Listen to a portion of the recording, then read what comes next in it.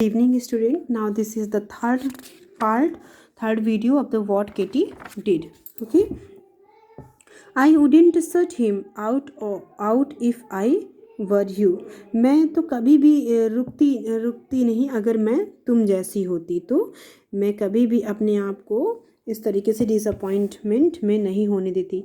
Every morning the first thing when I woke up, हर एक सुबह जब मैं उठती, I would say to myself, मैं स्वयं से कहती, I am going to get well, कि मैं अब अच्छी होती जा रही हूँ. सो पापा थिंक्स, जैसा कि पापा सोचते हैं, perhaps it may be tomorrow, शायद ही हमारा कल का ही दिन हो जब मैं अच्छी हो जाऊँ.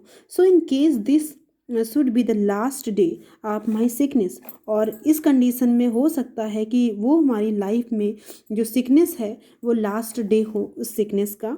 Late me spend it beautifully and make my sick room so pleasant that everybody will like to remember it. अब हमें क्या करना चाहिए, हमें अपने इस सिक रूम को भी बहुत प्लेजेंटफुली, बहुत ब्यूटीफुल बना देना चाहिए, ताकि सारे जो भी लोग, एवरीबडी, वो हमारी तरफ, हमारे रूम को रिमेंबर कर सकें और हमारे तरफ अट्रैक्ट हो सकें. हमें अपने आप को इतना खुश रखना चाहिए, इतना प्लेजेंट और ब्यूटीफुल रूम को रखना चाहिए कि लोग हमारी तरफ अट्रैक्ट होकर वो खुद ही हमारे साथ टाइम स्पेंड करना चाहें. Then there is one more lesson, और एक और लेसन है जो मैं तुम्हें बताना चाहती हूँ केटी, द लेसन ऑफ नीटनेस. और वो लेसन क्या है? नीटनेस का लेसन है. School rooms must be kept in order, you know. तुम जानती हो कि जो स्कूल रूम है उसको बहुत सही सुटेबल ढंग से हमें सारी चीज़ों को रखना है.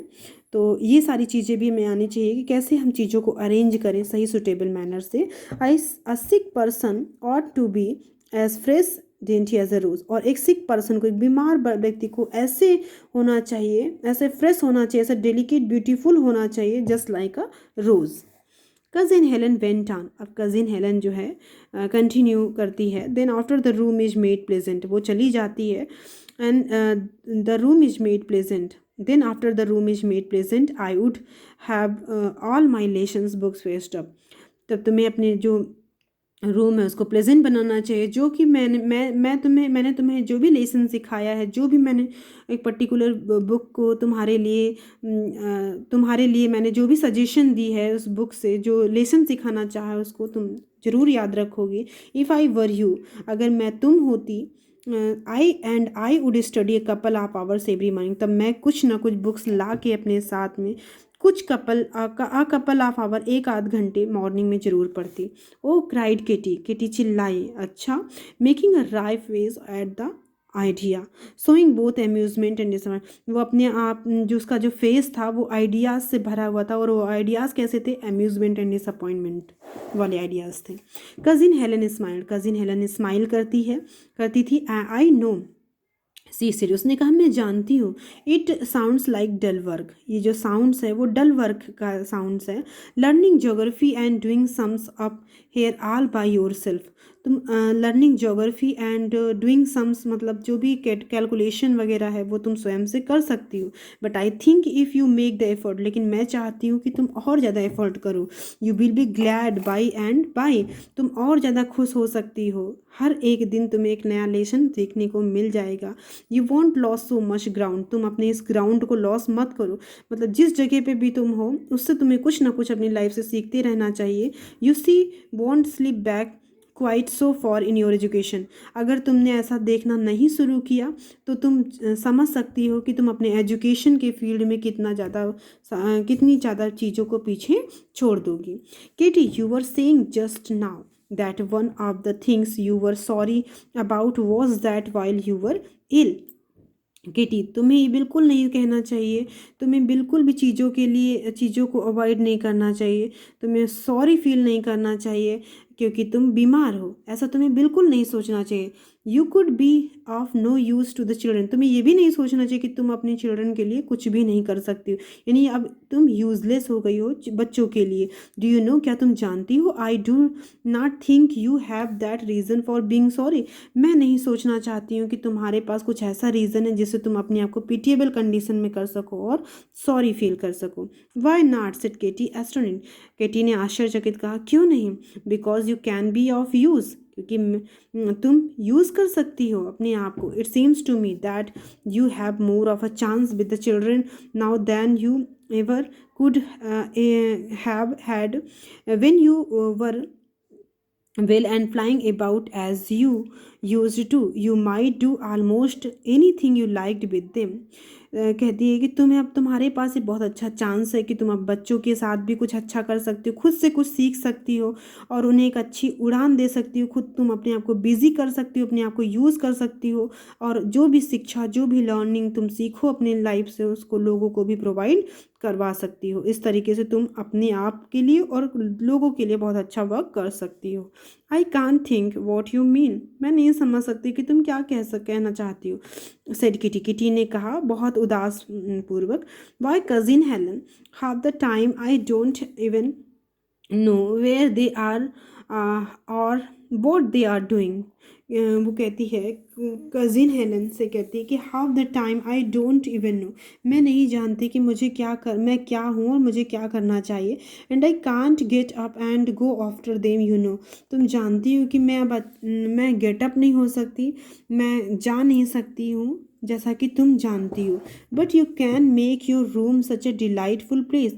लेकिन वो कहती है, कज़िन हेलन कहती है कि तुम कहीं जा नहीं सकते हो, ये सब चीज़ ठीक है, बट तुम अपने रूम को बहुत डिलाइटफुल प्लेस बना सकती हो.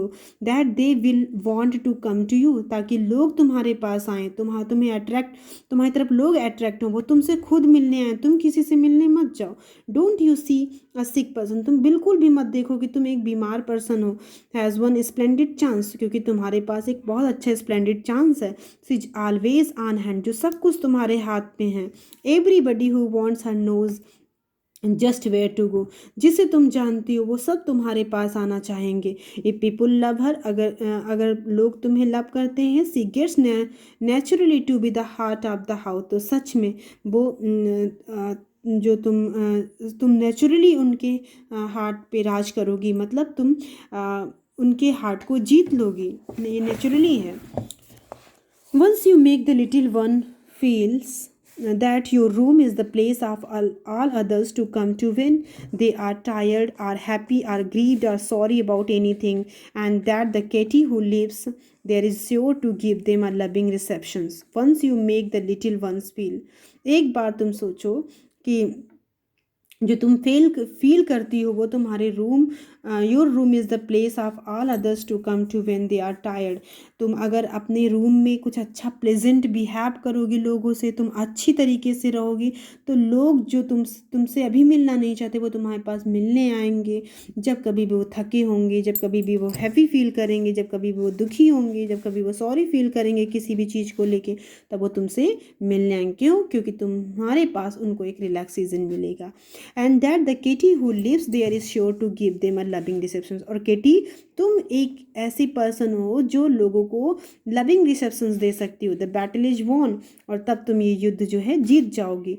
For you know we never do people good by lecturing. तुम ये जानती हो कि हम लेक्चर दे के लोगों को अच्छा बना नहीं सकते. Only by living their life, केवल हम उनको तब अच्छा बना सकते जब हम उनके जैसा रहना सीख सकें. With them and helping a little here, और तब हम उनकी प्रॉब्लम को समझ सकते हैं. जब हम उनके साथ रहने लगेंगे उनकी सिचुएशन में, तब उनकी प्रॉब्लम को समझेंगे और उनकी हेल्प कर सकेंगे. And a little there to make them better, और तुम्हारे पास ये अच्छा है कि तुम उनको और अच्छा बेटर बना सकती हो. And when one own life is laid aside for a while as yours is now, and when one's own life, जब किसी एक पर्सन की जो लाइफ है वो aside for a while as yours is now, that is very time to take up other people's lives. जब किसी भी लाइफ को तुम्हारी लाइफ की ज़रूरत हो सके तब तुम अपनी लाइफ को स्पेंड कर सको, तुम उन्हें एक अच्छी शिक्षा दे सको जिससे वो लोगों की लाइफ आगे बन सके. As we can't do when we are scurrying, मतलब moving quickly and bustling over our own affairs. But I didn't mean to preach a sermon. I am afraid you are tired. मैं जानती हूँ कि मैंने तुम्हें धीरे धीरे आगे बढ़ने के लिए कोशिश की है, बताने की कोशिश की है कि तुम मेरी इन सारी चीज़ों पे, मैं अपने हमारे जो अपने ओन अफेयर्स हैं उनके बारे में तुम सोचोगी और धीरे धीरे मूवमेंट लोगी। बट मेरा ये कहने का बिल्कुल भी मतलब नहीं कि तुम मेरे सरमन से, मेरे उद्देश्य से बहुत ज़्यादा टायर्ड फील करो या बहुत ज़्यादा अफ्रेड हो जाओ। No, I am not a bit, said Katie.